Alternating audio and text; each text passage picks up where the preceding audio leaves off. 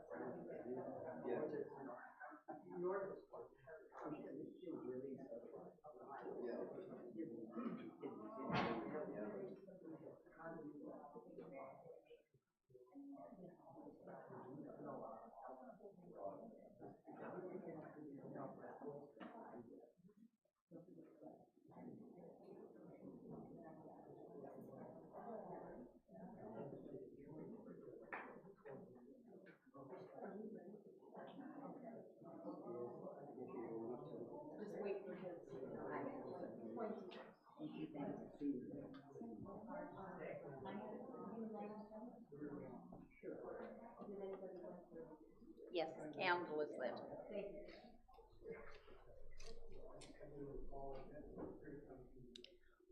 Did we already make the announcement about phones being put on mute and to possibly open up the YouTube channel for this and give a thumbs up to us so we get more subscriptions?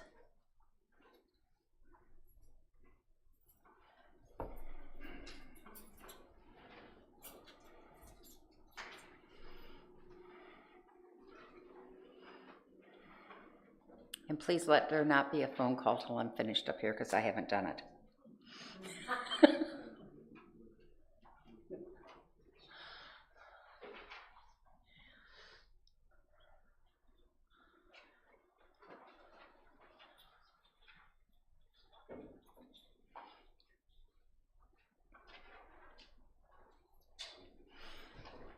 Good morning.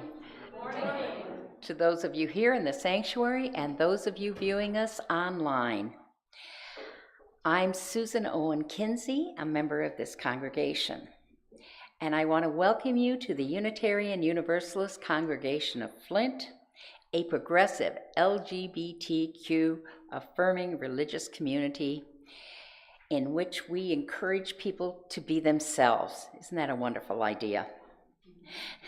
If you would like more information about our faith tradition or our congregation, feel free to talk to our ministers today after church or by visiting our website that may be found at uuflint.org. And if you are a visitor and are interested in receiving our weekly newsletter, you may find it again on our website, or you can scan the QR code that's on your order of service, or you can complete one of these little cards. Honest, nobody will show up at your house. They can be left at the back when you leave. Now, if you'll turn over your order of service, we have some important announcements.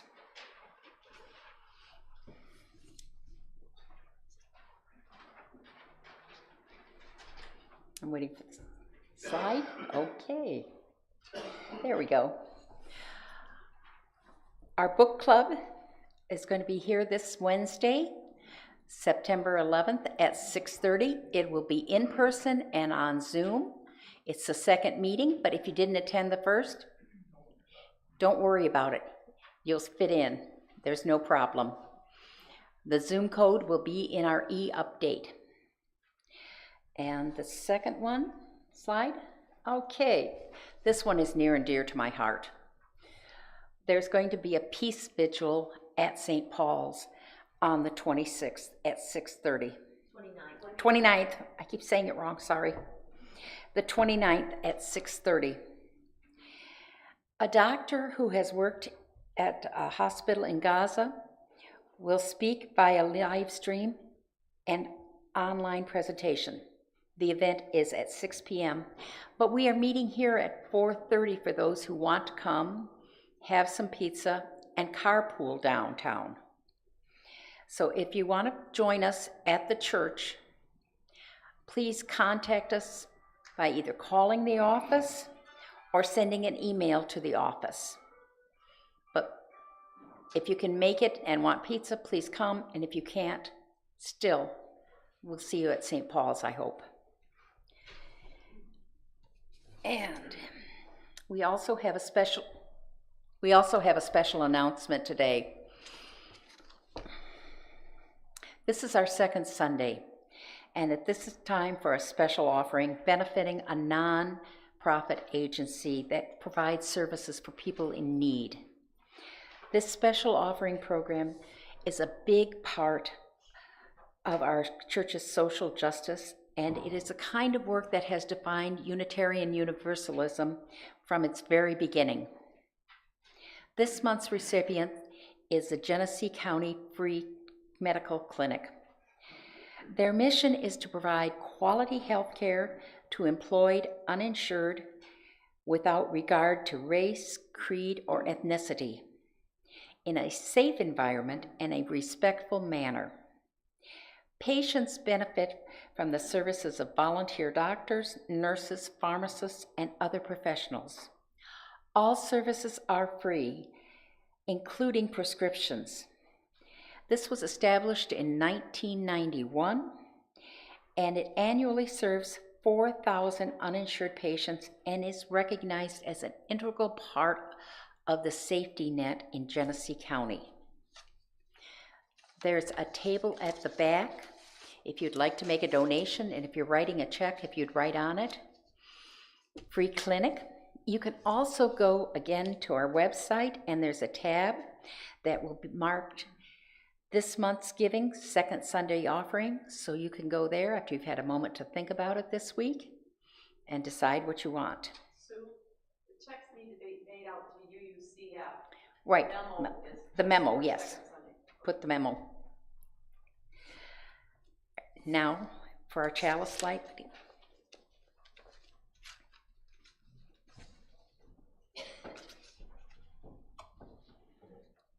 This is wonderful, but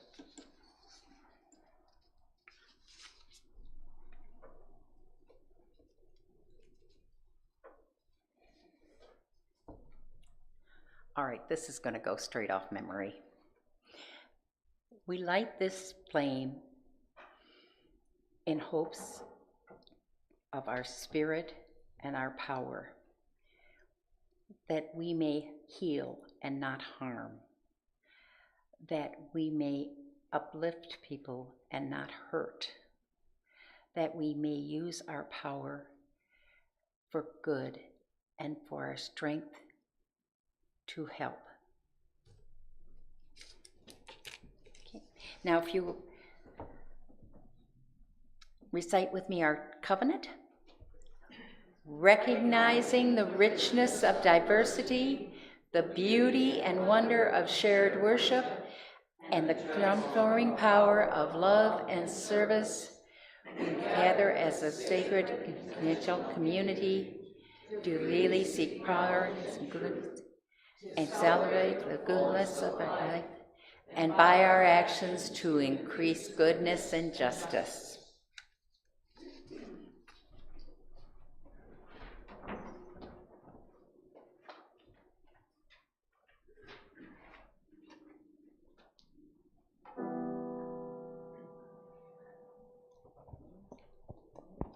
Hello. Hi, Sam.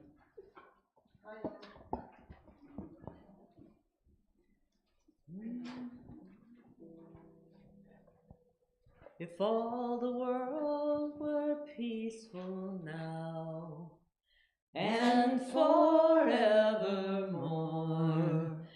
peaceful at the surface and peaceful at the core, all the joy within my heart would be so free to soar. And we're living on a living planet, circling a living star. I don't know where we're going, but I know we're going far. We can change the universe by being who we are. And we're living on a living planet, circling a living star. And if all the world knew justice now and forevermore, justice at the surface and justice at the core, all the joy within my heart would be so free to soar. And we're living on a living planet, circling a living star. I don't know where we're going, but I know we're going far. We can change the universe by being who we are. And we're living on a living planet, circling a living star. And if all the world knew freedom now and forevermore, freedom at the surface and freedom at the core, all the joy within my heart would be so free to soar. And we're living on a living planet, circling a living star. I don't know where we're going, but I know we're going far. We can change the universe by being who we are. And we're living on a living planet.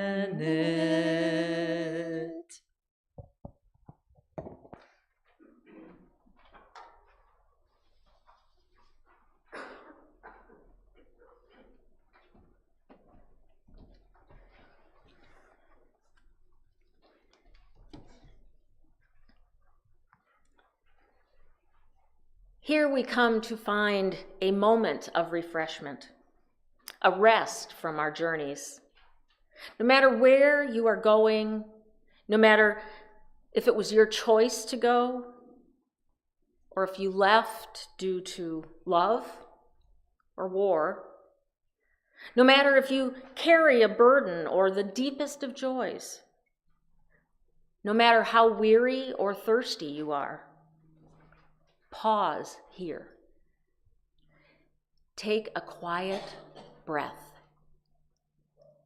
Rest in peacefulness. Be renewed and restored. Whether you stay a while or if your journey will continue with its worries and troubles and joys and promise. Until then, let us join together, minds and hearts, and let us worship.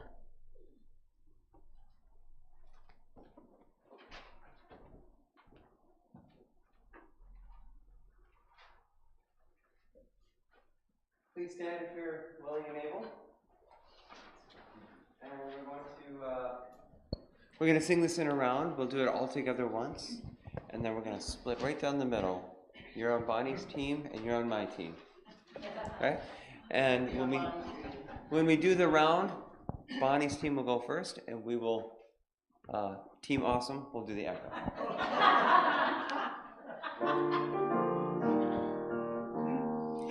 Come, come, whoever you are, wanderers, worshippers, lover of leaving. Ours is no caravan of despair. Come, yet again come. Come, come, whoever you are, wanderers, worshippers, lovers of leaving. Ours is no caravan of despair. Ours is no caravan of despair. Come, come, whoever you are, wanderer, worshiper, lover of leaving. Ours is no caravan of despair. Ours is no caravan of despair. Come, yet again come. That was some pretty darn good singing. Yes. Yes, you can have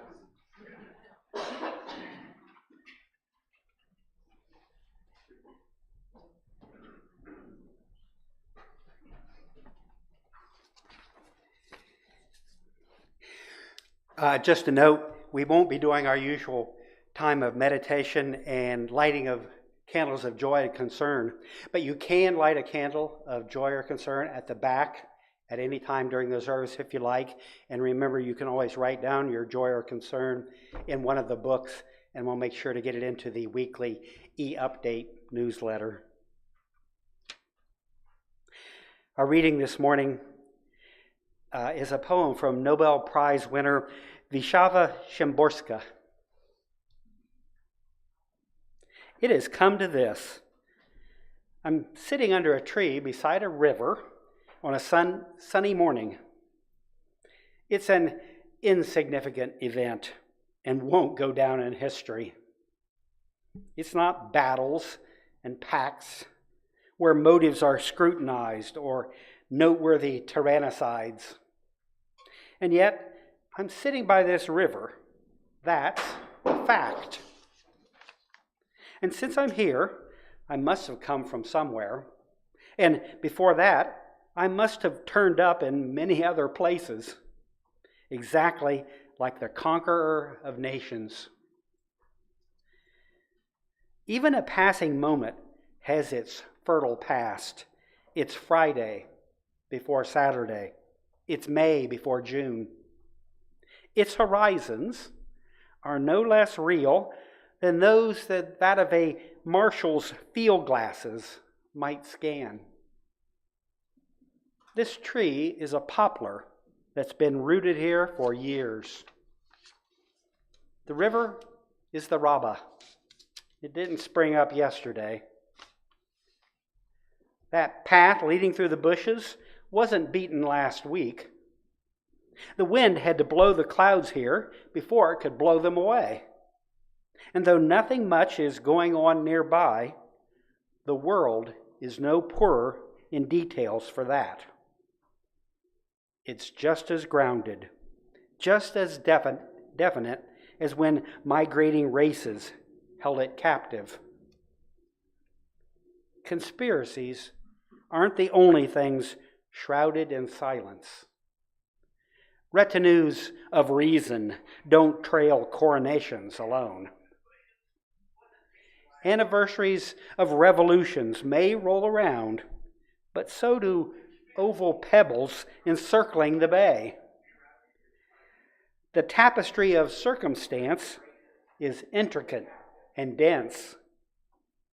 Ants stitching in the grass sown into the ground. The pattern of a wave being needled by a twig. so it happens that I am, and look. Above me a white butterfly is fluttering through the air on wings that are its alone. And a shadow skims through my hands that is none other than itself, no one else's but its own. When I see such things, I'm no longer sure that what's important is more important than what's not.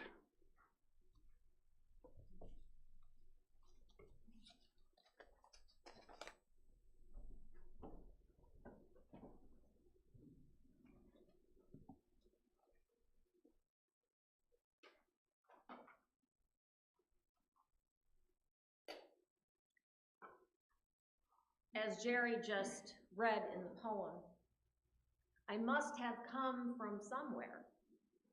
And before that, I must have turned up in many other places.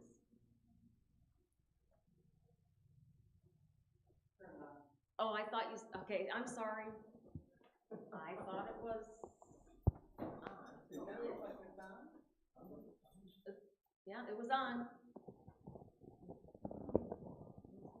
Everybody said they thought it was on. Yes? Okay, good.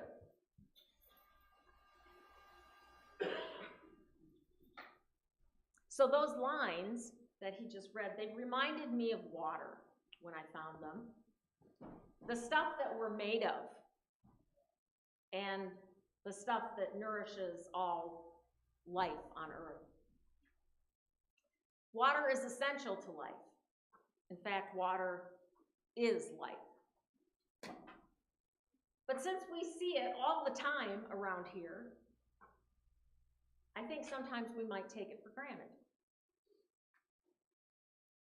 And it becomes even more vital when you don't see a single drop for miles and miles and miles, as was the case this summer when Jerry and I visited southwestern Colorado.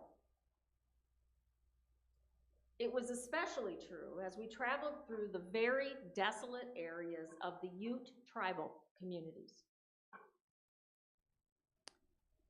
There, as many as 15% of the people on the reservation are without running water.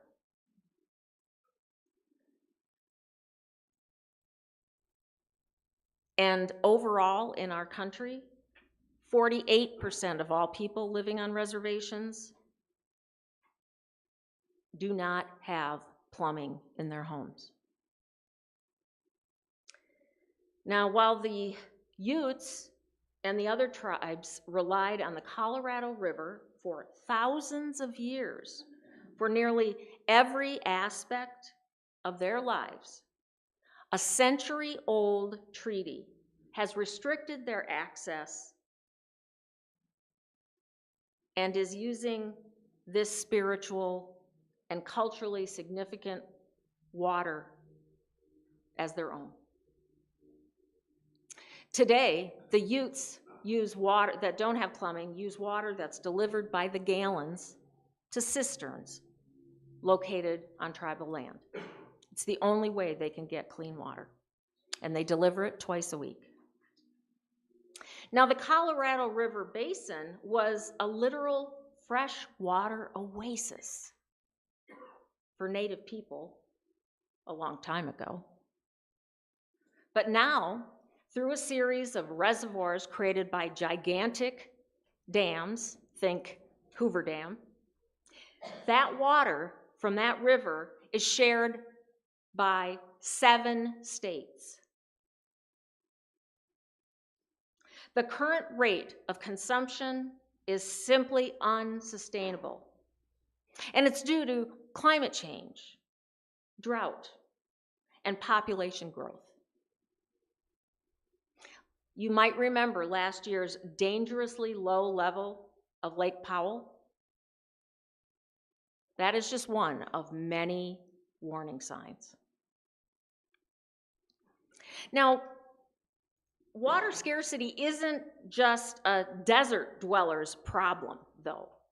This picture you're looking at is probably what you think of when you think of water scarcity. It's those people there that have problems. And although the United States has some of the safest and most reliable drinking water in the world, of course we do, do you know that there are over 2 million people in our country that do not have access to clean water?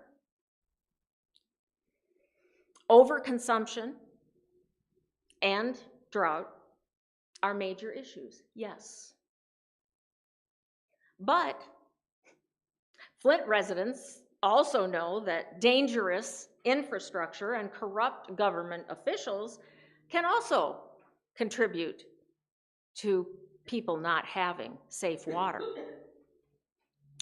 And of course, the EPA reports that now the water is safe, but there are still many residents that will not drink their tap water. And they go and buy purchased water, bottled, or they go and get it donated from some churches who still give it out. But now you probably know bottled water has its own purity issues. And even worse, the packaging from those bottles is now poisoning our drinking water that those of us are using out of our taps.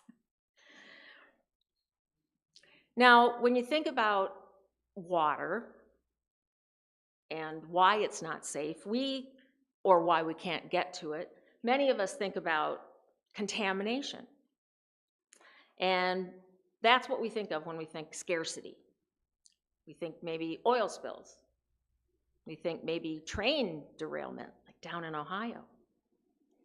But we often don't think of one of the most obvious problems. Water is not free.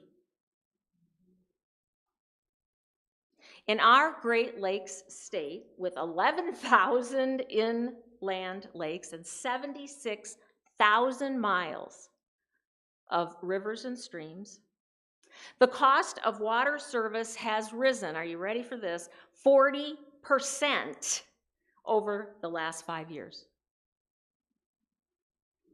Detroit's Nicole Hill knows this all too well. In 2014, Detroit Water and Sewage terminated water service for over 20,000 customers without regard to their health or their ability to pay. It was the largest water shutoff in U.S. history. Now, Hill had paid almost $3,000 of her bill, but she disputed the rest of it. She was sure there was a mistake on the bill. So she set off to the water department billing to prevent a shutoff, and she had with her supporting documents, her 8-year-old daughter, and even her social worker in tow. Now, Hill was not only unsuccessful regarding her water bill, but her social worker told her, standing in that office, without running water in her home, her children would be put in foster care. She had 5 of them. Hill immediately sent her 5 children to live with various relatives until she could try to solve this issue with her water bill. One of her children, the 5-year-old that went to the water department with her, went to an aunt. She was so fearful, that little girl, that she'd be taken away from her mother and sent to foster care that one night she ran away to look for her mother. A neighbor saw her wandering around the streets in Detroit, and they called the police. Now, some of us might think, oh no, worst thing to do, right? Well, they got lucky, and rather than calling Child Protective Services, the officer took her back to her aunt's, and they called the mom. The mom came, and all of them reassured the little girl that the situation was only temporary. And luckily, they were right. and the entire family was all reunited eventually. It wasn't too long. And you know why that was? It was because the ACLU secured a 3-year moratorium on shutting off the water. But not all stories, like Hill's, ended in happy endings. Can you imagine how some of the stories might have ended that we don't know about?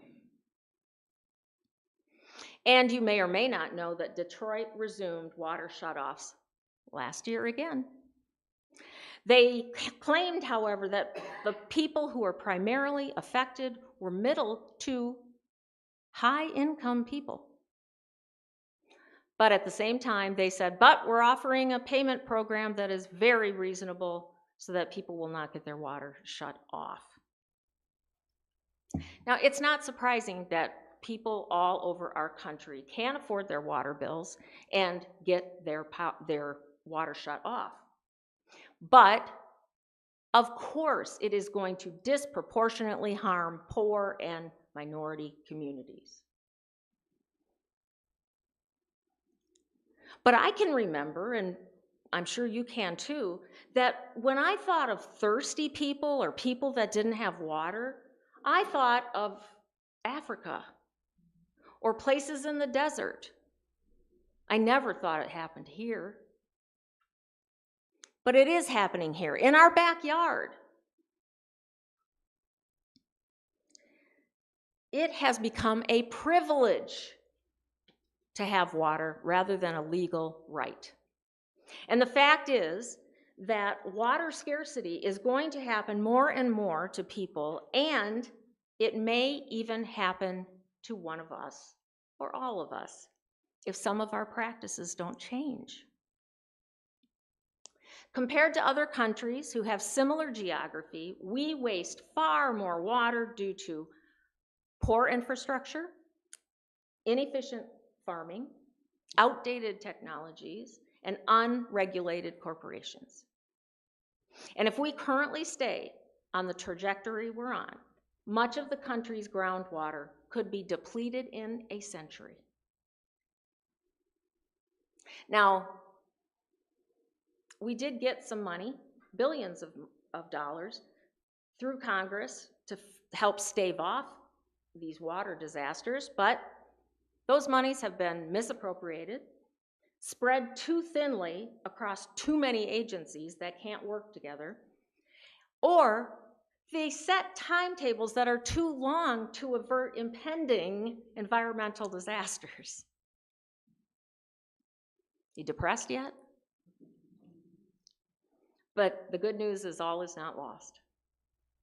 Because there are numerous agencies, including the UN and our own UU Service Committee, that's working to help the 1 in 4 people in the world who need access to clean water. So I would suggest that you consider donating to them or working with them, because you can do both. They need your money and they need your hands. I would guess that most of us here already have good water conservation habits.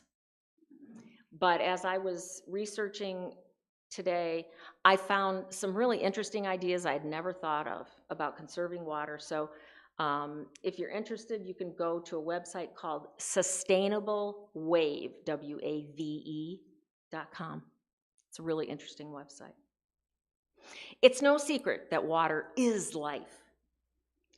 But every living thing has a sacred birthright to have clean water. But it's not free. The price we ultimately pay is caring for our Mother Earth.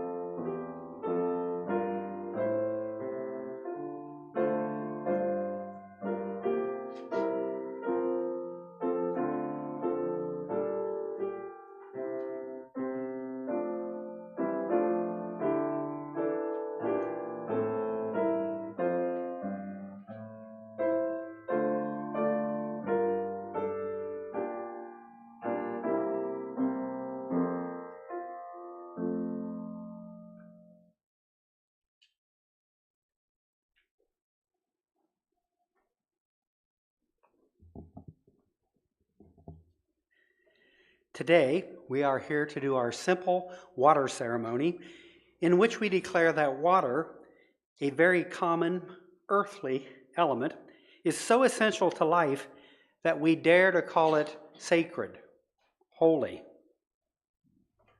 and that we must take care of it and share it.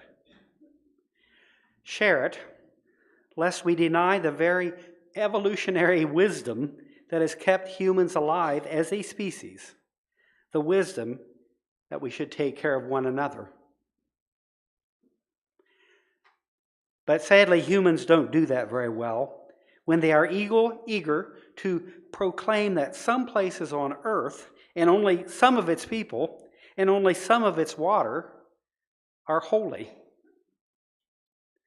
Like many of you, I've had relatives who want to convert me to this idea that only some places are holy. I had an uncle who every December would send our family a new calendar for the coming year. Its theme was God's country. And for each month, there was a picture of some beautiful American landscape with a Bible verse underneath of it. It had pictures of well-painted barns with beautiful, muscular fields of corn.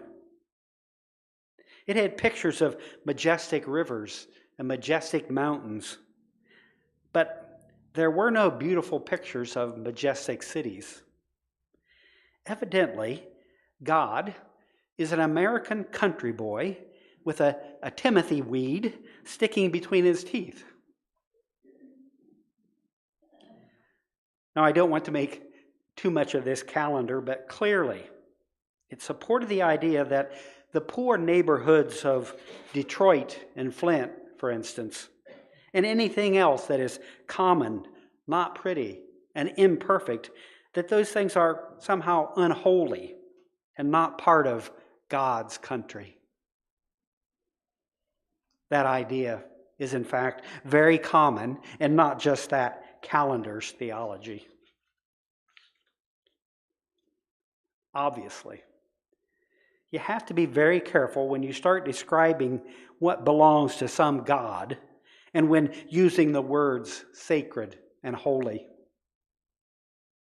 For one of many thousands of examples, the 8 military campaigns of the 11th and 12th centuries that were sent to capture the so-called Holy Lands from the so-called unholy Muslims were called the Holy Crusades. Somewhere between 4 and 9 million people died because of these holy crusades. Oh yes, you have to be very careful when you use the words holy and sacred. It's no wonder that many well-informed, well-educated people think of them as fighting words, to be used not at all, preferably.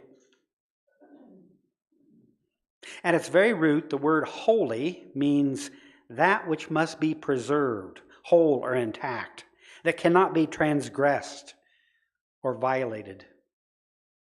Or more simply, it may be from the Old English Hal, for health, and the Old High German Heil, for health and happiness. Its opposite is said to be wicked, or even, and especially here in the West, common or earthly. Oh, the opposite of the word holy is common or earthly? You don't have to be much of a philosopher or a theologian to know that could be a big problem. I'm sure you've noticed that we frequently use a picture of planet Earth as a kind of placeholder in our scroll of visuals. And I think Haley has our usual one here in the next slide. It's the very familiar one that we use as a placeholder. Now, according to the old, but still very common idea, only the heavens and the immaterial spirit and a few special places on earth could be declared holy. But here we are, Our big screens filled with what is certainly the ultimate material, earthy thing, a picture of Earth itself from space. Obviously, the definition of what is holy is changing, and thankfully, not just within these walls. When Lynn and I are creating a service, we often realize, while we're choosing songs, readings, we often realize about halfway through that, hey, this is becoming an Earth Day service, but it's not April 22nd. How many times can we sing for the beauty of the earth or Blue Boat Home without people getting tired of them? The answer is a lot of times. So don't worry about it. We try to be careful. You can overdo anything, but it's hard to overdo the love of the earth. I think the renowned astronomer, philosopher, and teacher Carl Sagan explained it perfectly. He explained why a picture of earth and the declaration that water is holy, why those two things could or should be part of nearly every Sunday church service. Sagan wrote, "A religion, old or new, that stressed the magnificence of the universe as revealed by science might be able to draw forth reserves of awe and reverence hardly tapped by conventional faiths. Sooner or later, such a religion will emerge." Sooner or later, such a religion will emerge. And Mr. Sagan, here it is, right here. Our crusade, then, is not to capture and own some distant, supposedly rare, holy place. Our crusade is not about proclaiming that we own the only real holy person and the book written about that holy person. Our crusade is to tell the story that the holy is as close and common as clean drinking water should be on a planet where 75% of its surface is covered by water. Our crusade is to insist that we must care for it and share for it and share it and the rest of the good earth as well. Now I know we don't often use the complicated, misunderstood, often abused word God.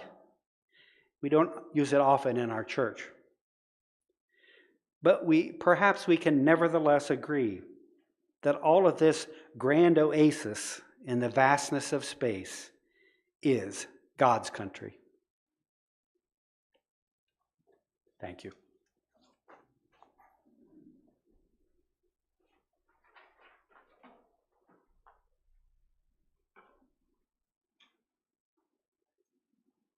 Stand if you feel like it.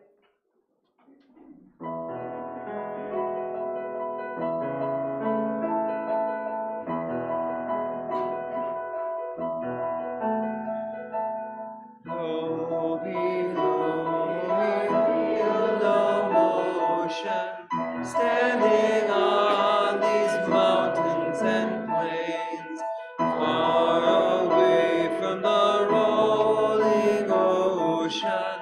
Still my dry land heart can say, I've been sailing all my life now. Never harbor or port have I known. The wide universe is the ocean I travel, and the earth is my blue boat home.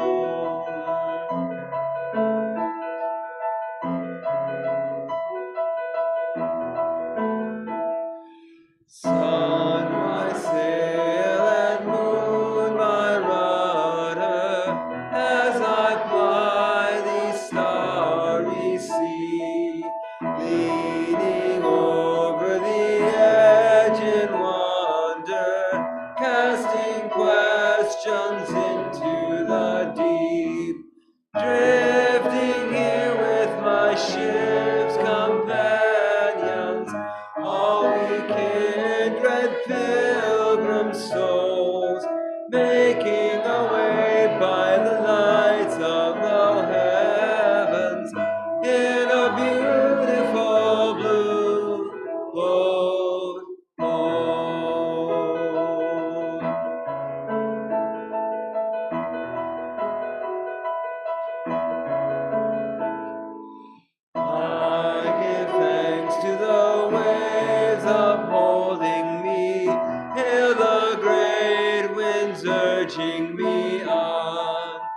read the infinite sea before me, sing the sky my sailor song.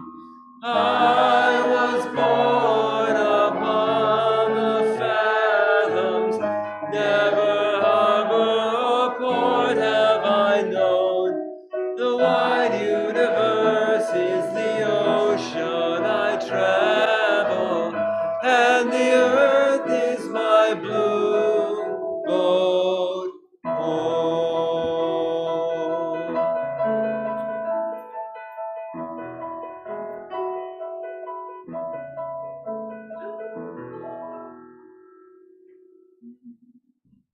Be seated.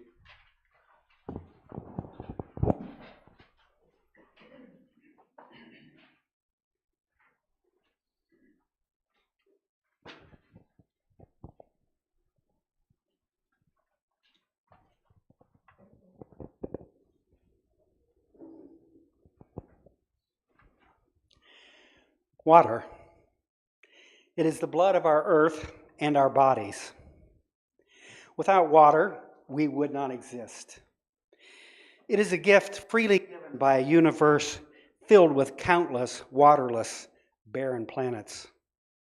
No human hand can bless it. It is already holy. Today we bring water to remember that some people live in abundance. An empty cup reminds us that others struggle in scarcity and oppression. Today, let us remember the Palestinians, the people of Ukraine, and so many others whose cup is often empty. We bring water to remind us of life's storms, our worries, frustrations, or losses. We pour water to remember the well springs of our lives found in hope, love, and happiness. We combine our water to remember that sharing all things precious can create a peaceful, beautiful world. We invite you now to please bring forward any water that you may have brought and pour it in the common bowl. And if you didn't bring water and you'd like to participate, please feel free to go to the back, and there are cups with water in them, and then you may bring them forward and use those.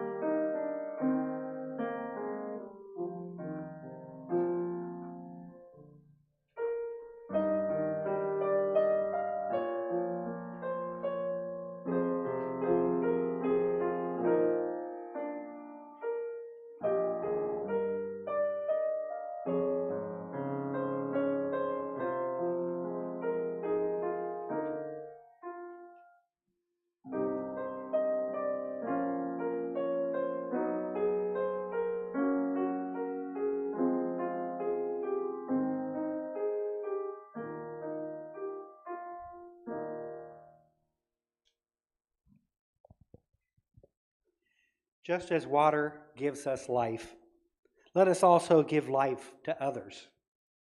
We can bring grace and peace to the world with our gifts, large and small.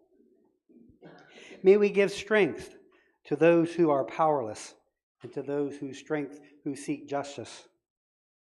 May we give our understanding to the misjudged and love even to our enemies. Amen, and blessed be.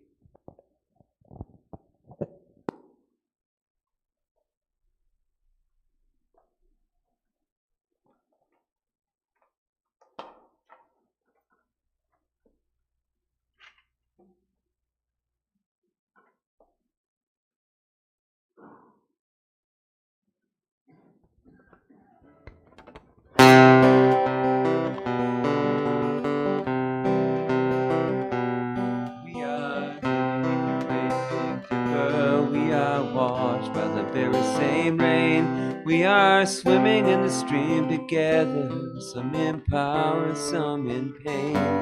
We can worship this ground we walk on, cherishing the beings that we live beside.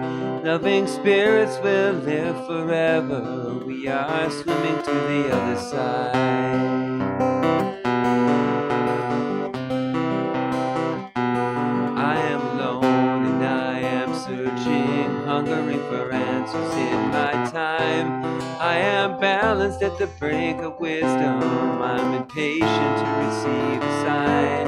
I move forward with my senses open. Imperfection would be my crime. In humility I will listen. We're all swimming to the other side.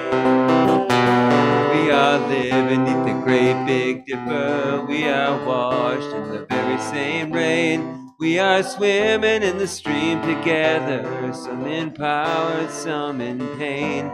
We can worship this ground we walk on, cherishing the beings that we live beside. Loving spirits will live forever. We are swimming to the other side.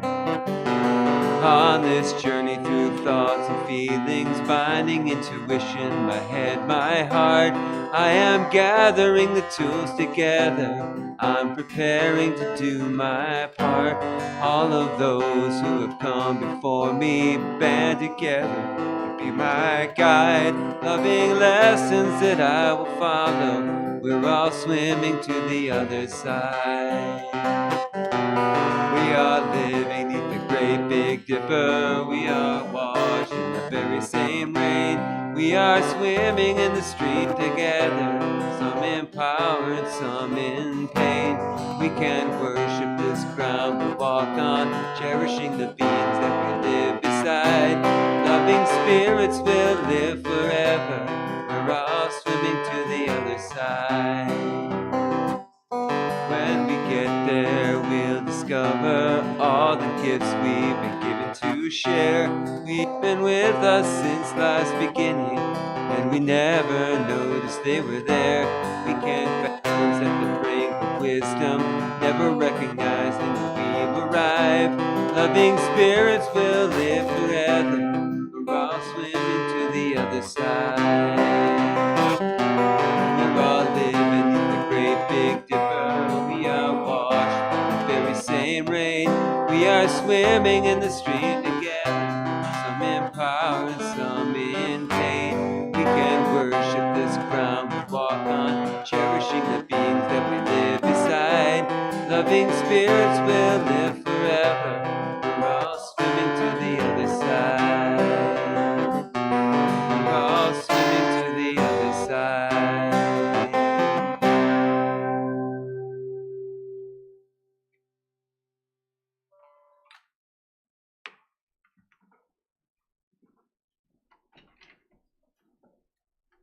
Thank you, Dan.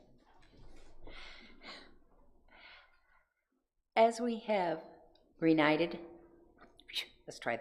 As we have reunited symbolically with our ritual in the sanctuary together and celebrated our fountains of joy, let us support one another in our hearts and with our hands.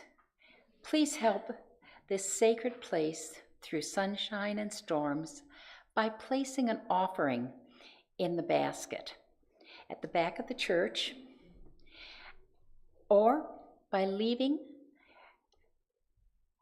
online a gift at uuflint.org. All gifts of time and treasure are gratefully accepted.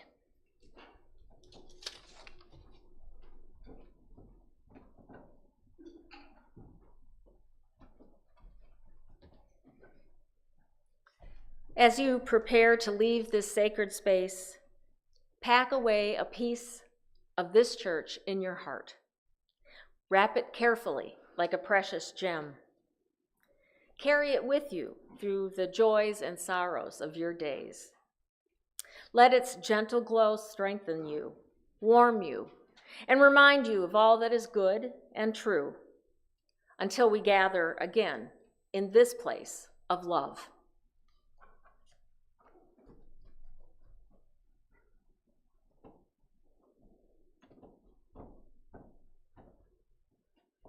And let us extinguish our chalice. We extinguish this flame, the not the light of truth, the warmth of community, or the fire of commitment. These we carry in our hearts until we are together again.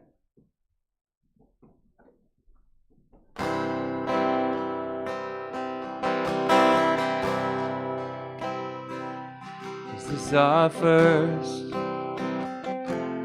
second nature? Where's that rapture? Will there be merch? Where is Mother? She was a stunner. Can we page her? What my eyes have seen could really take the purse. Are we changed now? Are we fakers? Parade around or get in work, or just deserve. We'll see you next time. There'll be water in the rain, territories pay fines, all long day. All may not be just fine. There is another fate away, to not be too late or obfuscate.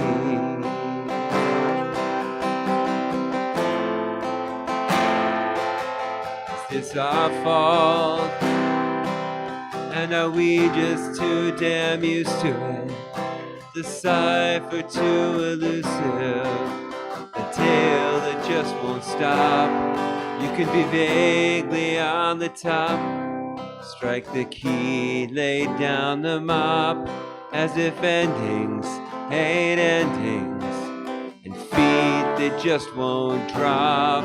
Is this real time? Aren't we fakers?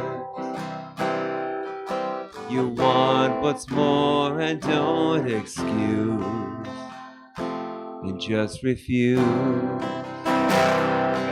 We'll see you next time. There'll be water in the rain, territories pay fines, all the long day. All may not be just fine. There is another fade away, to not be too late. We'll see you next time. There'll be water in the rain, territories pay fines, all the long day. All may not be just fine. There is another fade away, to not be too late or obfuscate. To not be too late or obfuscate.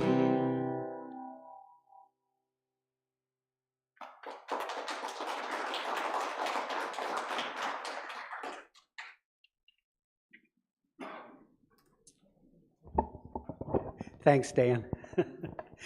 That song came from the movie Don't Look Up, in which the people of the earth didn't want to admit that an asteroid was coming. Of course, it was a metaphor about all the people who didn't want to admit that global warming just might very well take us down. So the movie Don't Look Up, it ended with this song that was rather dreary and asked the questions, what if we get a second chance? Will we still obfuscate, put things off? I think that's the big question of the day. If we're going to put things off and not believe. Yeah. But I want to say one thing real quick. Yes. This is optional. If you're ready for coffee and don't want to hear our comments, you can slide downstairs for coffee at any point.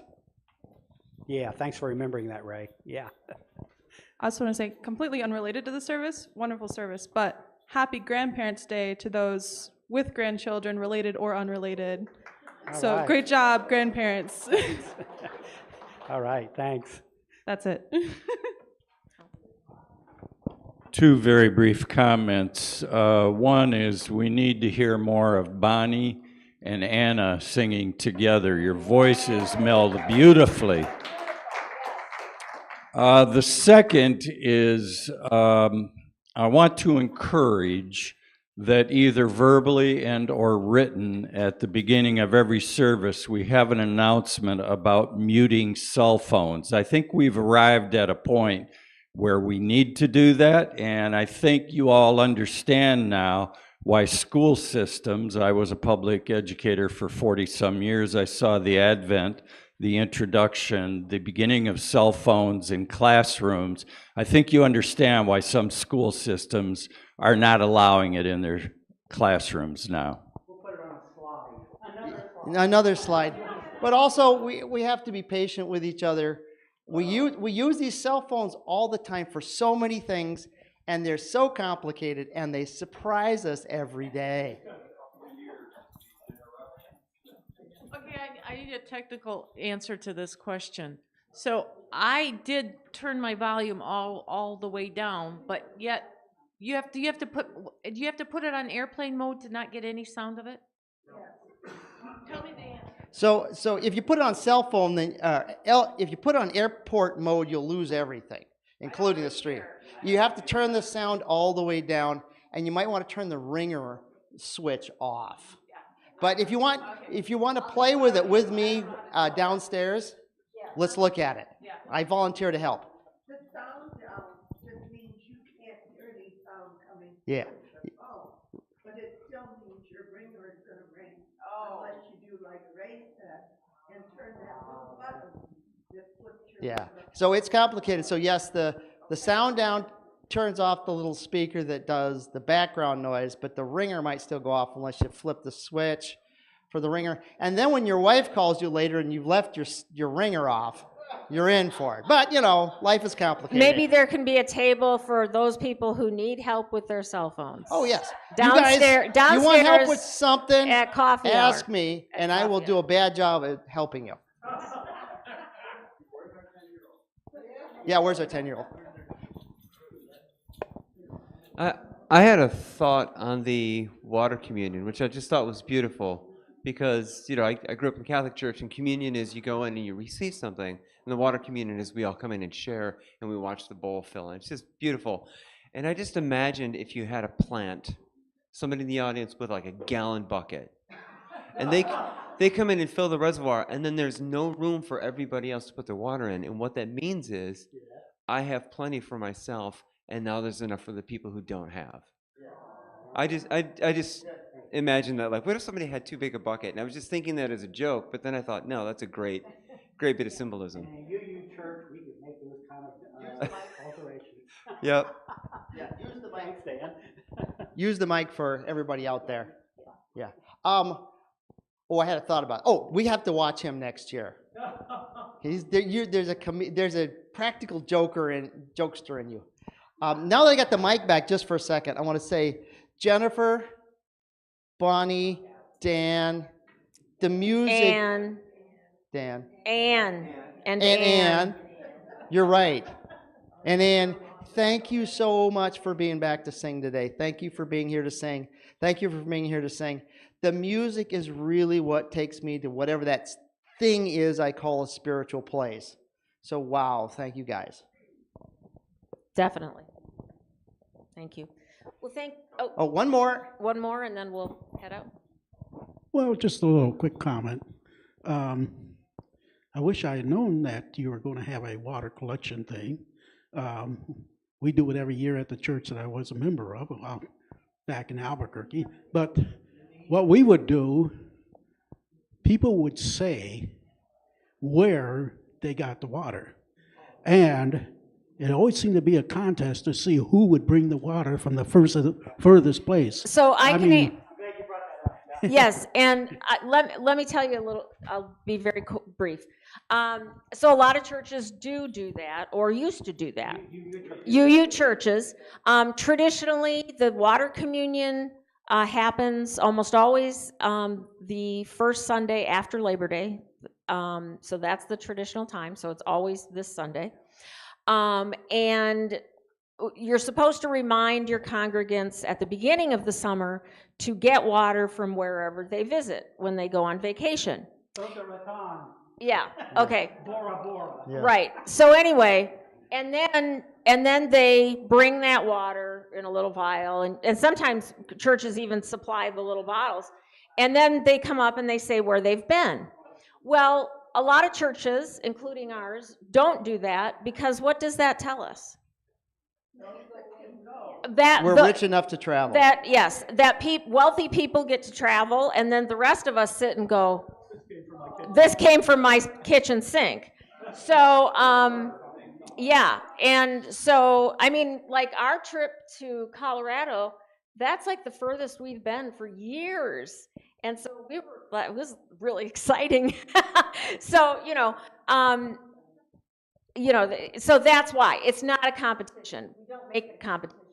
It doesn't matter where the water is from necessarily. It has more to do with the symbolic nature, sacredness of it. So just so everybody knows, that's why we don't do it. This year. Yeah. No, something we could add, and you guys are bored with me, you can go. This year I put in the YouTube thing what the water represented, which is, of course, for me, always the water that wetted the slip and slide at my grandfather's place in Kennewick, Washington, right? But we can now start using the YouTube comment as a place to put those kinds of messages for everyone. Right. So, well, thank you all for being here, for participating. We're glad to see everyone. Thanks.